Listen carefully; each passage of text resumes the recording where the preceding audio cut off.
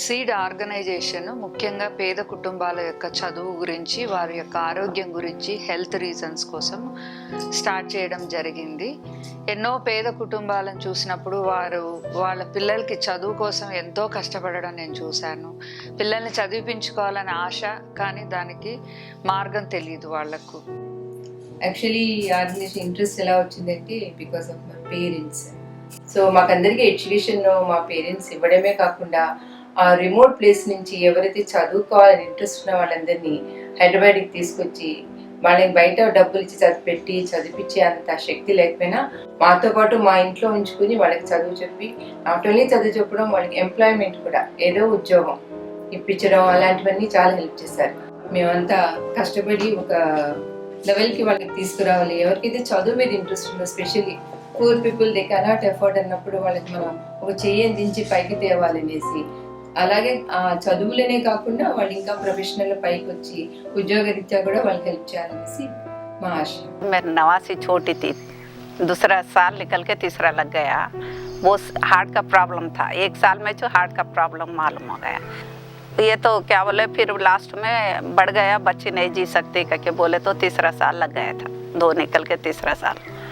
वो तीसरा साल में तो वो प्रेम शर्मा डॉक्टर बोलने साथी फिर साहब लोग कने आके मेरा नवासी अच्छी नहीं है, मेरे को मदद करो करके बोलने साथी साहब लोग मदद करे मेरे को.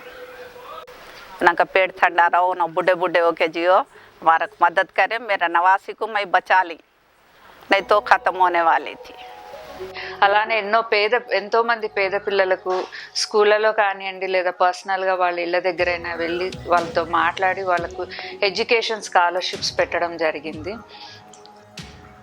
శ్రీమతి శిరీష గారు వాళ్ళ నాన్నగారు చేసిన సేవల ఫలితమో ఏమో, ఆమె కూడా సమాజ సేవలో చాలా చురుగ్గా పాల్గొంటున్నారు. అందులో భాగంగానే వాళ్ళ నాన్నగారి పేరిట విద్యార్థుల భవిష్యత్తు గురించి, వారి విద్య గురించి అవార్డ్స్ స్థాపించి ప్రతి సంవత్సరం క్రమబద్ధంగా వాటిని అందజేస్తూ పిల్లల విద్య ఉన్నతికి దోహదం చేస్తున్నారు. పోస్ట్ మెట్రిక్ ఎడ్యుకేషనల్ లైఫ్లో కూడా పిల్లలకు సహాయం చేయాలని ఆమె యొక్క ఉద్దేశం రీసెంట్గా తెలిపి ఉన్నారు. సో వారి యొక్క బయోడేటాలు, వారి ఫొటోస్, వారి అడ్రస్లు, వారి యొక్క ఫాలోఅప్ ఎడ్యుకేషన్ కూడా వారు గమనిస్తూ వారికి సహాయం చేయాలని నిర్ణయం తీసుకున్నారు. దానికి ఎంతో మేమందరం హర్షం వెలిపిస్తున్నాం.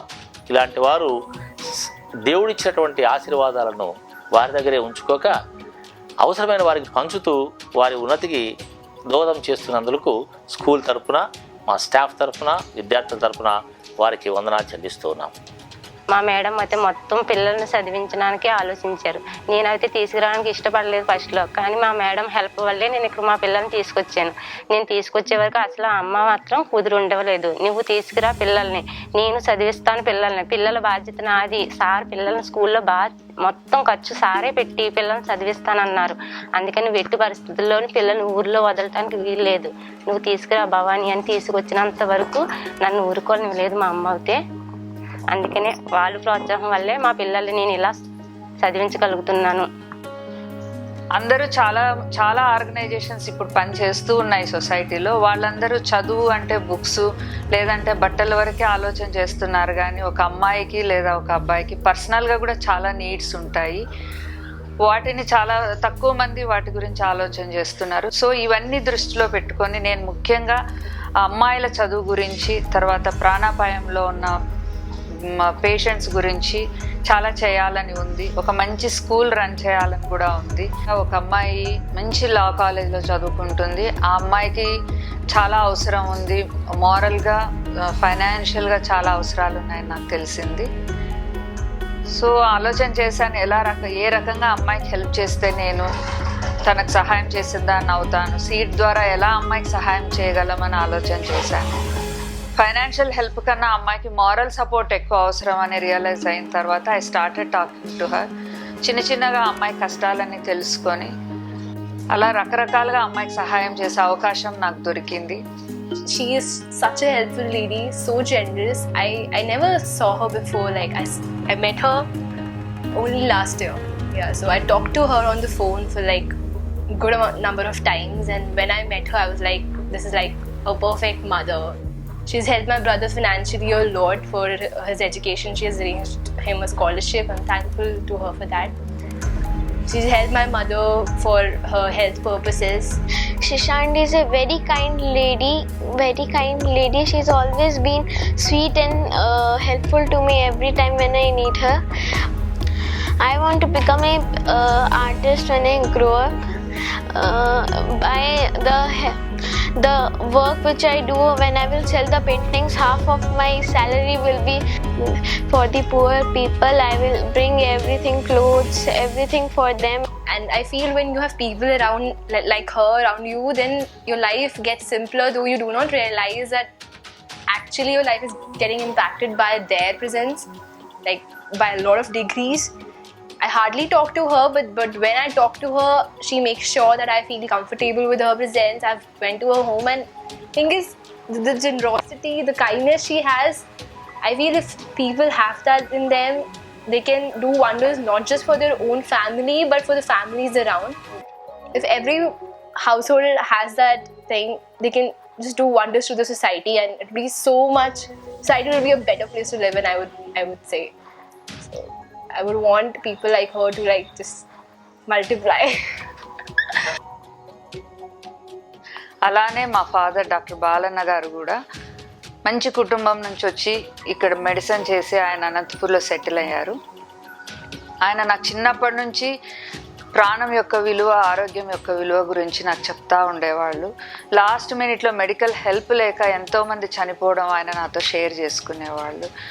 సో ఇవన్నీ నాలో ఒకలాంటి ఆలోచనను తెప్పియడానికి కారణమయ్యాయి. అందుకోసమే నేను ముఖ్యంగా చదువు, ఆరోగ్యం మీదనే ఈ సీడ్ ఆర్గనైజేషన్ను మొదలుపెట్టాను. ఈ పరంపరలో ఎన్నో కుటుంబాలకు మేము సేవ చేయడము, మాకు చేసే అవకాశం మాకు దొరికింది. చాలామంది పేద కుటుంబాలలో నేను చూశాను, హార్ట్ ప్రాబ్లం ఉన్నవాళ్ళు, పాము కుట్టి చనిపోయిన వాళ్ళని, రోడ్ యాక్సిడెంట్స్లో మెడికల్ హెల్ప్ అందక రోడ్డు మీద చనిపోయిన వాళ్ళని నేను చూశాను. ఇవన్నీ దృష్టిలో పెట్టుకుని ఒక అంబులెన్స్ని 11th అవర్లో దొరికే ఆ చిన్న సహాయం వల్ల ఏదైనా ఒక్క ప్రాణమైన సేవ్ చేయగలమేమో అన్న ఉద్దేశంతో అంబులెన్స్ ఇవ్వడం కానీ. మన డాక్టర్ బాలన్ సార్ గారి జ్ఞాపకార్థం ఒక అంబులెన్స్ ఇచ్చారు మాకు. ఇది మాకు చాలా బెనిఫిట్స్ చాలా బాగుంది సార్. దానివలన మళ్ళీ పూర్ పేషెంట్స్ ఇక్కడ నుంచి వెళ్ళడం కానీ, ఇక్కడ నుంచి బెంగళూరు కానీ, కర్నూలు కానీ, ప్లస్ కొంతమంది ఏజ్ ఎక్కువ ఉన్న వాళ్ళు ఇక్కడ నుంచి వీళ్ళు నియర్ విలేజెస్ కానీ అక్కడ నుంచి పికప్ చేసుకోవడం కానీ without fuel and also without any charges, and if they are willing they are only given some fuel also for ambulance purpose. It is very much useful and providing same service to all the patients along with poor patients, and also referring higher centers with this ambulance also. ఈ service provide మేము దాదాపు ఒక 5-6 లైఫ్ని మేము save చేసినాం sir. Because phone చేసిన తర్వాత అంబులెన్స్లు ఉన్నాయి కూడా సకాలంలో అంబులెన్స్ వేరే చోటుకి వెళ్ళింటే సార్ ఒకసారి, కానీ మన అంబులెన్స్ అక్కడికి వెళ్ళడం వలన దారిలో మనం ఇచ్చే టెక్నీషియన్ ట్రీట్మెంట్ వలన దాదాపు ఒక 5-6 లైఫ్ని మేము సేవ్ చేసినాం సార్. అలానే తల్లిదండ్రులను కోల్పోయిన పిల్లలు ఎంతోమంది ఉన్నారు. వాళ్ళకు కూడా ఎక్కడి నుంచి సహాయం వస్తుందా అని అందరూ ఆలోచన చేస్తూ ఉంటారు, కానీ వాళ్ళకి తెలియదు ఎక్కడికి వెళ్ళాలి, ఎవరిని అప్రోచ్ అవ్వాలని తెలియదు. అలాంటి కుటుంబాల విషయం మాకు తెలియంగానే మేమే నేరుగా వాళ్ళ ఇళ్ళకి వెళ్ళి వాళ్ళతో మాట్లాడి వాళ్ళకి ధైర్యం చెప్పి వాళ్ళని ఎలా ముందుకు తీసుకెళ్ళాలి అని అలాంటి సహాయాన్ని సీడ్ ఆర్గనైజేషన్ ద్వారా చేస్తూ ఉన్నాము. నాకు ఎవరు లేరు మేడం దిక్కు. పిల్లలు బాగా చదువుకొని బాగుండాలని నా కోరిక. నేను పెద్ద అయిన తర్వాత పోలీస్ ఆఫీసర్ కావాలి, బాగా చదివి 10th పాస్ అయ్యి ఎక్కువ మార్కులు తెచ్చుకొని కోరుకోవాలి.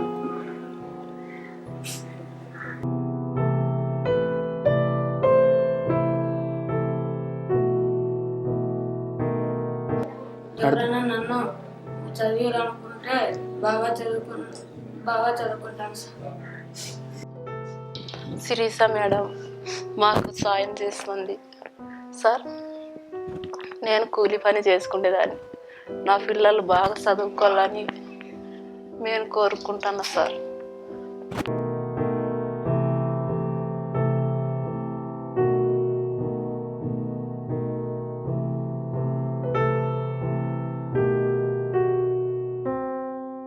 అలానే రోడ్ యాక్సిడెంట్స్లో చాలామంది యాక్సిడెంట్లో అన్ని పోగొట్టుకుంటారు. కానీ వాళ్ళ డీటెయిల్స్ చాలా వాళ్ళ సొంత మనుషులు వాళ్ళ దగ్గర ఉండరు. వీళ్ళెవరో హాస్పిటల్లో తెలియదు. యాక్సిడెంట్లో రోడ్ మీద ఉన్న వాళ్ళని అక్కడున్న ఊరి ప్రజలు తీసుకెళ్ళి హాస్పిటల్లో పెడతారు. వాళ్ళకి చాలా పెద్ద మెడికల్ హెల్ప్ అవసరం ఉంటుంది, దానికి చాలా డబ్బులు అవసరం ఉంటుంది. కానీ హాస్పిటల్స్ ముందుకు రావు, ఎందుకంటే ఎక్స్పెండిచర్ కోసం భయపడి. సో ఇలాంటి వాళ్ళకి ఎమర్జెన్సీ స్టేటస్లో ఉన్న పేషెంట్ కోసము ఒక ఫండ్ కూడా ఏర్పాటు చేయాలని ఉంది.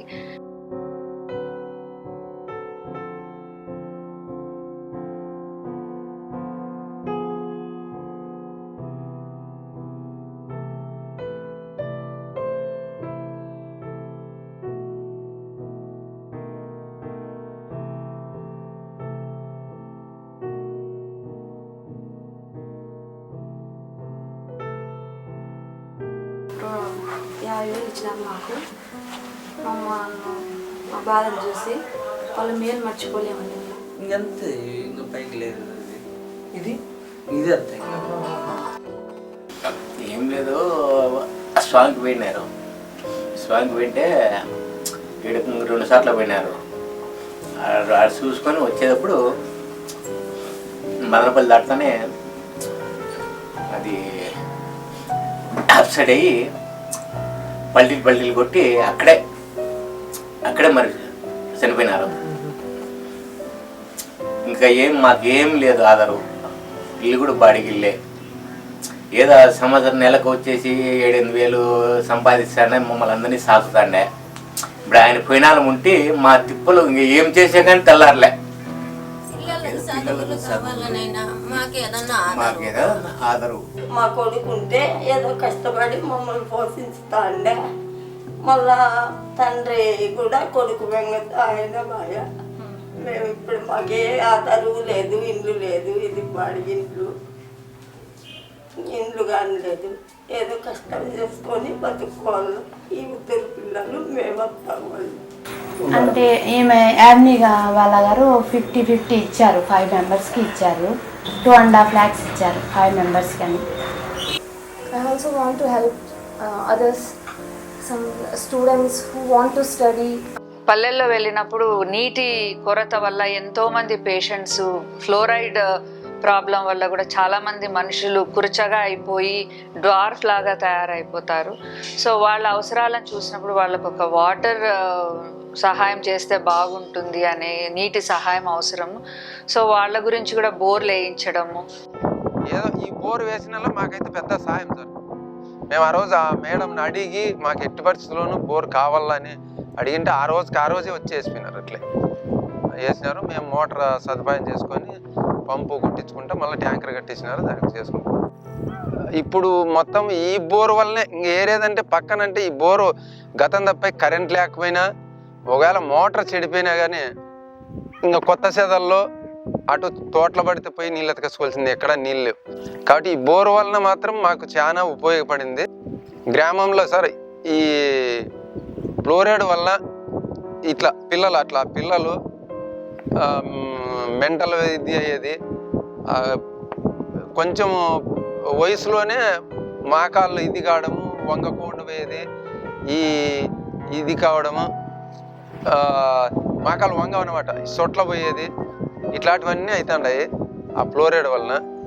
అదే మాకు ట్యాంకు కావాలా ఒకటి. ఈ ఫ్లోరైడ్ సమస్య కూడా పోవాలా.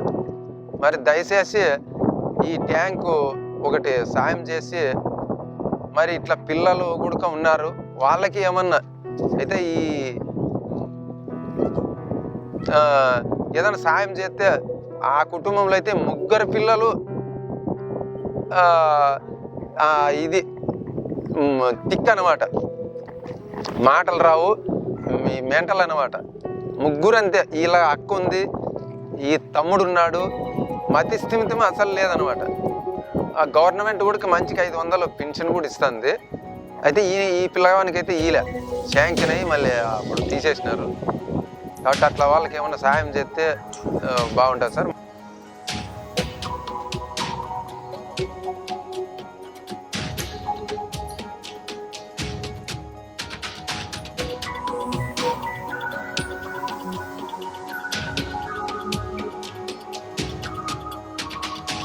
అలానే చాలామంది గుడ్డి పిల్లల్ని నేను చూశాను, దృష్టి లోపం ఉన్న వాళ్ళని చూశాను.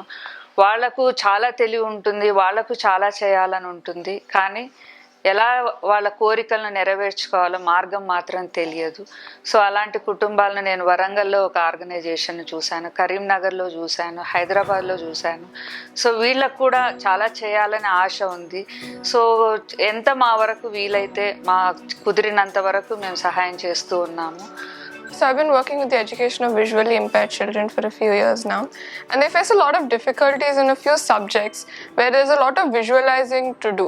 There are few instruments which have been developed to help these children, and they of course tend to be very expensive. So there's something called the Taylor frame, which is an instrument that is specifically made to help visually impaired people do well in math.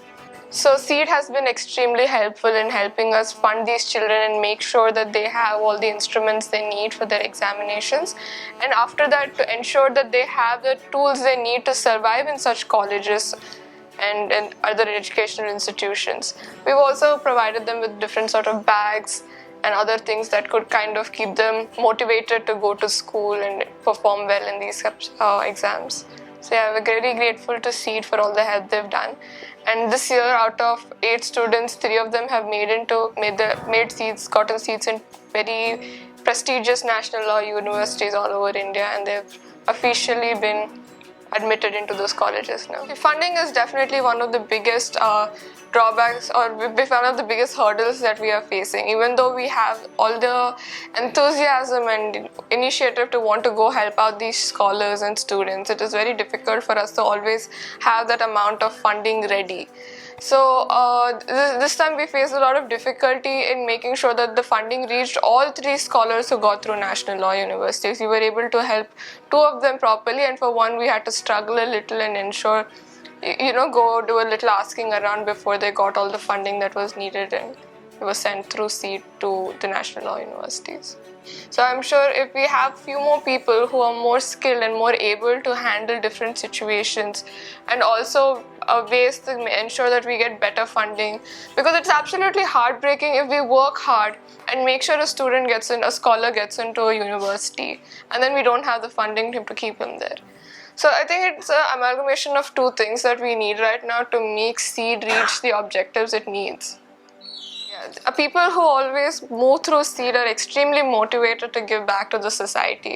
So these children have in their own colleges joined different organizations which are about giving back to the society. They're always in touch, they're so motivated, and they keep telling us that I think this person is someone you can help out, that person someone you can help out, and they're constantly referring people from their villages and people from their families or people that they've met who've had similar disabilities as they did, and trying to help out as much as they can. I think SEED is a very motivating, inspiring organization which has successfully changed many lives. ఒకరికి ఇద్దరికి లేదా ఒక ఊర్లో ఒకరికి 2-3 కుటుంబాలకని కాకుండా ఒక మంచి school start చేయాలని ఉంది. ఆ ఉద్దేశంతోనే కొన్ని స్కూల్స్ను అడాప్ట్ చేసుకొని కొన్ని సెక్షన్స్ని మాత్రమే అడాప్ట్ చేసుకొని వాళ్ళకు కావాల్సిన అవసరాలను అందించడంలో ప్రయత్నం చేస్తున్నాను. So we've often been approached and asked that how can we help, and there is a huge need for volunteers to come in through SEED, because we always have very few number of people working and there's only so much 5 or 10 people can do. So we've always put up our website and email IDs outside and said anyone who wants to volunteer, please do. There's a huge need for volunteers who are enthusiastic to come out. And yeah, it doesn't matter for how long or how little, but the smallest thing can make the biggest difference. So if you feel even the slightest motivation, you must reach out and try to help as many people as you can through SEED. SEED ద్వారా ఇంకా ఎన్నో కుటుంబాలకు, ఎన్నో ఊర్లకు, ఆంధ్రప్రదేశ్ కానివ్వండి, తెలంగాణలో కానివ్వండి, ఎంతోమంది ప్రజలకు చదువు ప్లస్ హెల్ప్ ద్వారా ఆ విషయాల్లో హెల్ప్ చేయాలని ముందుకెళ్తున్నాం మేము. దయచేసి మీకు తెలిసిన ఎవరైనా అవసరాల్లో నిజంగా జెన్యూన్గా అవసరంలో ఉన్న కేసెస్ ఏవైనా ఉంటే కైండ్లీ మాకు రెఫర్ చేయండి. ఇవన్నీ చేయాలని చాలా ఆశగా ఉంది. I think definitely I will do this. ఫ్యూచర్లో నేను తప్పకుండా చేస్తాను. Let's build a happy, healthy and educated environment through SEED. Please join us.